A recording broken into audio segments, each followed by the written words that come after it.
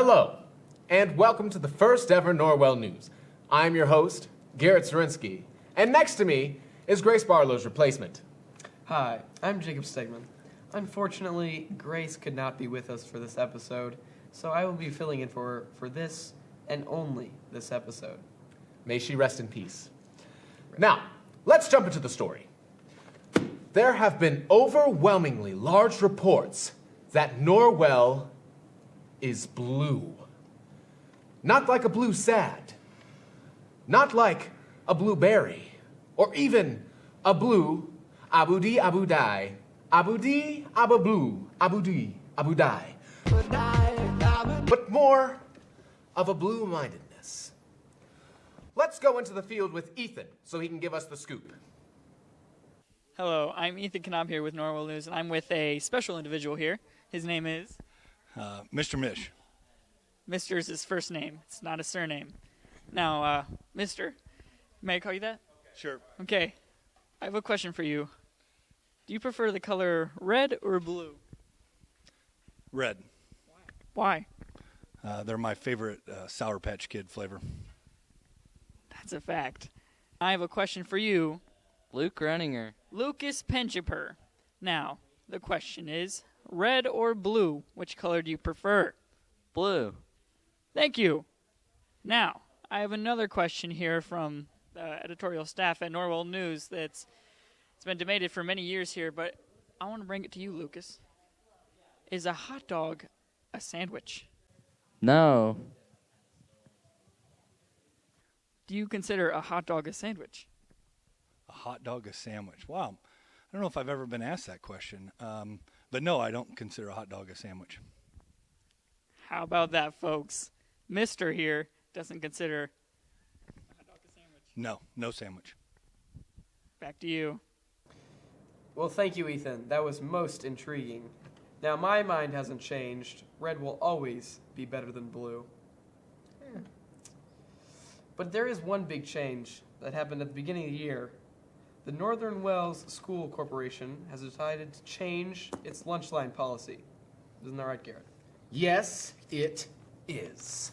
You see, I've put together some calculations describing this. Some very important calculations with a lot of math.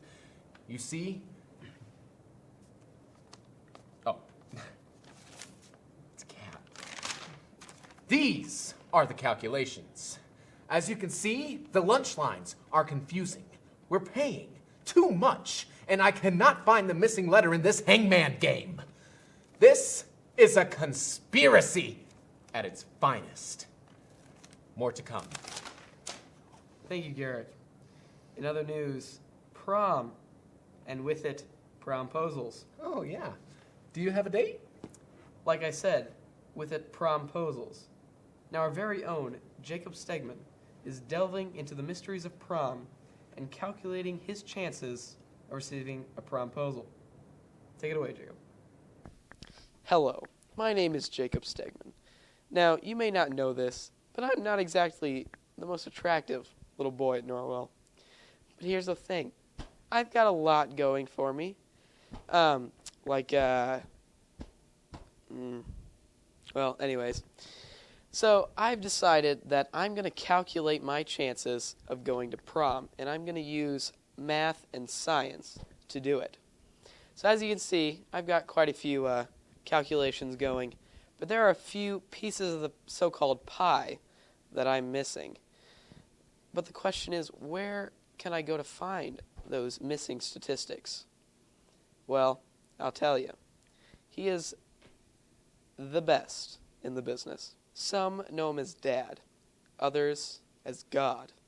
But for our purposes today, he is our resident prom expert, Mr. Mark Weinert. Well, let's just begin then. What did you wear to your prom? What did I wear to my prom? Well, back in 1978, styles were a little different. The men wore high-heeled shoes we called stacks. I had a peach-colored tuxedo with black piping and wide lapels. I had a lime green ruffled shirt and a large bow tie, and I looked wonderful. Now, would you recommend that I would wear something like that, or Should I stay more towards the traditional apparel? I would not recommend that you wore what I wore in 1978. That is to say, if you actually want to go with somebody to the prom. I suggest that the classic look is always in good taste. You can never go wrong with that. Unless you want to spend a lot of money, then you can get tails and all that. But it's better if you just to go with the classic look, I'd say. Now, Mr. Weinert has told me that the choice apparel for prom is a classic tuxedo. But the issue is, I don't have a tuxedo. But if we factor in the coordinates of the nearest prom shop, we can see that if you divide that by my bank statement, then we get x equal to 0. Huh. Well, doesn't matter. There are other factors that I haven't included yet. So this whole thing could turn around. I still have a chance of getting a date. Maybe. Now, I think we all want to know, has anyone been injured at prom, physically or emotionally? Well, probably often emotionally. It is kind of a stressful evening. I always recommend to people that they take the night for what it is. It's just a good time. Just relax, enjoy yourself. Don't have high expectations. Just go into it wanting to have a good time and hoping, and doing everything you can to ensure your date has a good time too. Mr. Weinert says the key to getting a date is to be yourself. So let's use a simple division problem.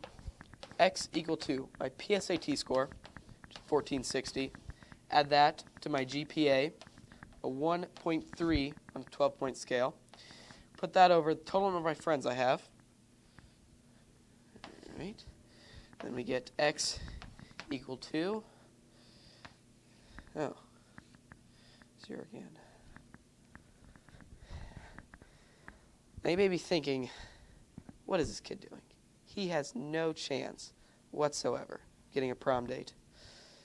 And while you are correct in assuming that, I think that I have one more ace up my sleeve. I do have one more question. Mr. Weiner, are you taking anyone to prom? My wife of 30 years went with me about the first 15 years, and she has said no, never again. So a lot of times it's easier for me just to be there by myself. That way I can do what I have to do and not worry about my wife being happy. So what you're telling me is that you don't have a date? I don't have a date for prom. I mean, I also don't have a date to prom, so I think it would be great that if we could go together. Well, I'm flattered that you would ask me to go to prom with you, Jake, but there is a prohibition against people over 21 taking people under 21 to prom. So I'm thinking maybe not this year, unless we change the rules. Well, folks, you were right. Looks like Jakey Jake's not going to prom. So, I think you heard that Mr. Weinert's not going to take me. No one else is either. I guess I'll just stay at home and watch 16 Candles or something. And cuddle with my cat, Mittens. You know, Mittens loves me for who I am. No one else loves me like Mittens does. And I'm starting to get sick and tired of everyone disrespect. We can cut right there. Yep. All right. Okay, that was not pretty. Anyways, let's move on to our next segment, World and U.S. News. We are going to do this lightning round style, where we will throw some stories behind us and just go for it. All right, Jacob? Sounds good. That's great. Okay, 3, 2, 1. Facebook is for old people. Trump fights tacos. Just British things. Not your normal field trip. Wheelchair for sale. And that's all. That concludes the World and U.S. News. Next, we go into the field with sports reporter Connor McCabe as he catches some flies and information for the news. I'm resident sports reporter Connor McCabe here with Mr. Feldheiser. We're talking about baseball. Mr. Feldheiser, how's your season going so far? So far, varsity is 2-1, and we are 2-0. Haven't really been able to play a whole lot because of the weather being pretty crappy for April, but we're hoping to have a pretty strong week. Sounds great. Have you guys had a good preseason? You know, the preseason was challenging just because of the weather again, but we've had a lot of guys coming and working hard. We got 19 on JV, and I think about 14 to 15 full-time on varsity, so trying to make the most of limited space. But, you know, we've been pretty productive, and I think it's translated well to what we're seeing on the field. Is there anything you guys have done during the preseason that's going to make you better than everybody else? I think we try to simulate as much scrimmaging as possible with having live pitchers throw in the cages to hitters. And, you know, it's been even better for the JV team that we've been able to face varsity pitching instead of our own. So that just makes, you know, the pitching that we've seen so far a little bit easier. Is there anything you expect from this season that'll be different from the other years? I think a lot of the sophomores, you know, get an opportunity to kind of take their game to the next level after their freshman year. And we got a good freshman group, too, that should complement the sophomores nicely. So a little bit stronger season and some extra wins, hopefully. Okay, and to finish it off, is there going to be any teams challenging to beat this year? Well, I think we opened up against Carroll. That was a tough team, and we're able to beat them 6-0. But, you know, with JV baseball, and the same thing with varsity, too, high school players, it's kind of hard to keep them consistent at times. So anybody can be beaten on you know, any day, and we'll just try to play to what we can. I don't know. This is like a bad interview question. I'm a JV baseball coach. Why are you interviewing me? Why? Well, thank you for your time, Mr. Sports Ball Leader. Back to you. That is some great reporting from Connor McCabe. But, as we all know, it's hard to play a game in the rain now, isn't it, Jacob? That's right. Now, I've been a resident of Indiana my entire life, and I can tell you, Garrett, that the season is going to be perfect and the weather will be beautiful. Of course. So, let's take it to Seth Getz, our weatherman. Hi, I'm Seth Getz, your local meteorobiologist, and this is your forecast for today and all of next week. Today, it's going to be in the 70s, pretty windy.